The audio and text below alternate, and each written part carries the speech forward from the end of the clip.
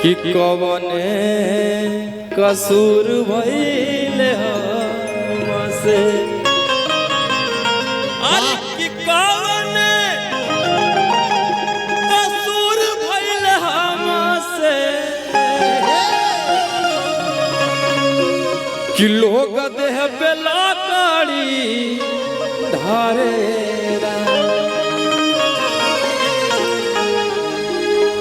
कि कवने कसूर भइल हमसे लोग देह पे लाकड़ी धरे जवन देहिया लुतिया से डरे जवन देहिया लुतिया से डरे उहे देहिया गिया में जरे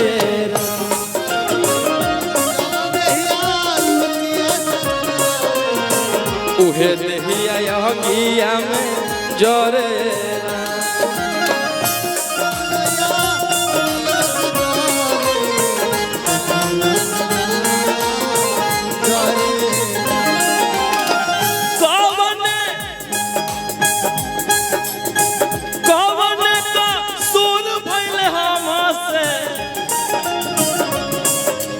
लोग देह पे लाकड़ी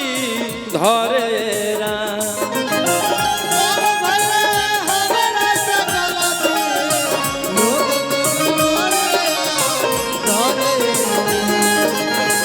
जवन देहिया भैया भैया जवन देहिया लुतिया से डरे जवन देहिया लुतिया से डरे उहे देहिया गिया में जरे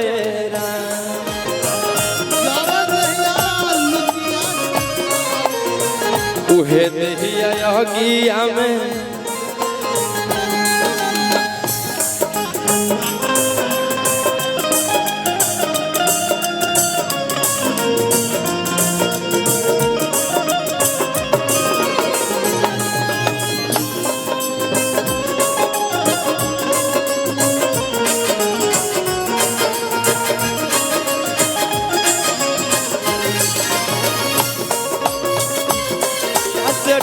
डरे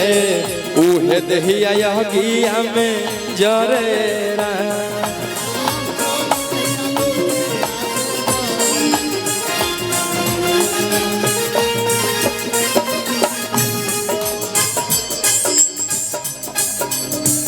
और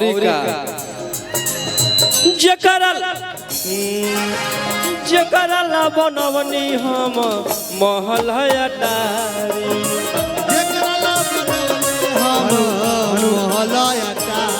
किसी को मत मारिए, सब अपना भाई है भैया किसी को मत मारिए आप लोग, सब अपना भाई है कि जकरा ला बनवनी हम अरे महल अटारी शांति से बैठाइए, किसी को मारिए मत आप लोग। उहे देलस घर से हमारा आज निकाली कि जकरा ला बनवनी हमारा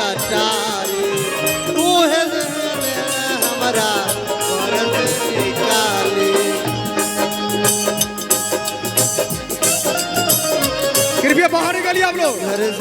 भैया कृपया बाहर निकलिए आप लोग। भैया हम हाथ जोड़ रहे हैं, भैया हम पैर पकड़ लेंगे भैया, कृपया बाहर निकल जाइए आप लोग, कृपया जो भी है बाहर निकलिए प्लीज। अरे भैया थोड़ा सा हाथ जोड़ रहे हैं भैया, बात मान लीजिए आप लोग। हेलो हेलो हेलो अरे की है बातें विधि के विधाना देखिए भैया इसमें लाइन है, सब लोग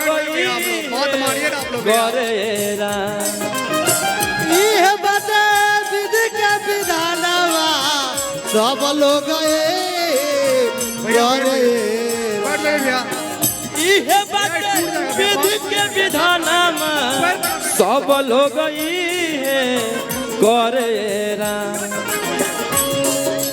भैया जवन देहिया लुतिया से डरे जवन देहिया लुतिया से डरे उहे देहिया अगिया में जरे यही नहीं लतिया से भैया शांति में आइए भैया भैया बैठिए ना क्या बात है भैया बैठिए ना भैया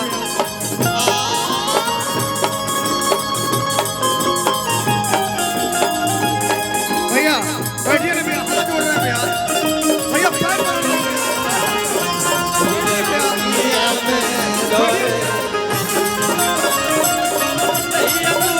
भैया उहे देहिया अगिया में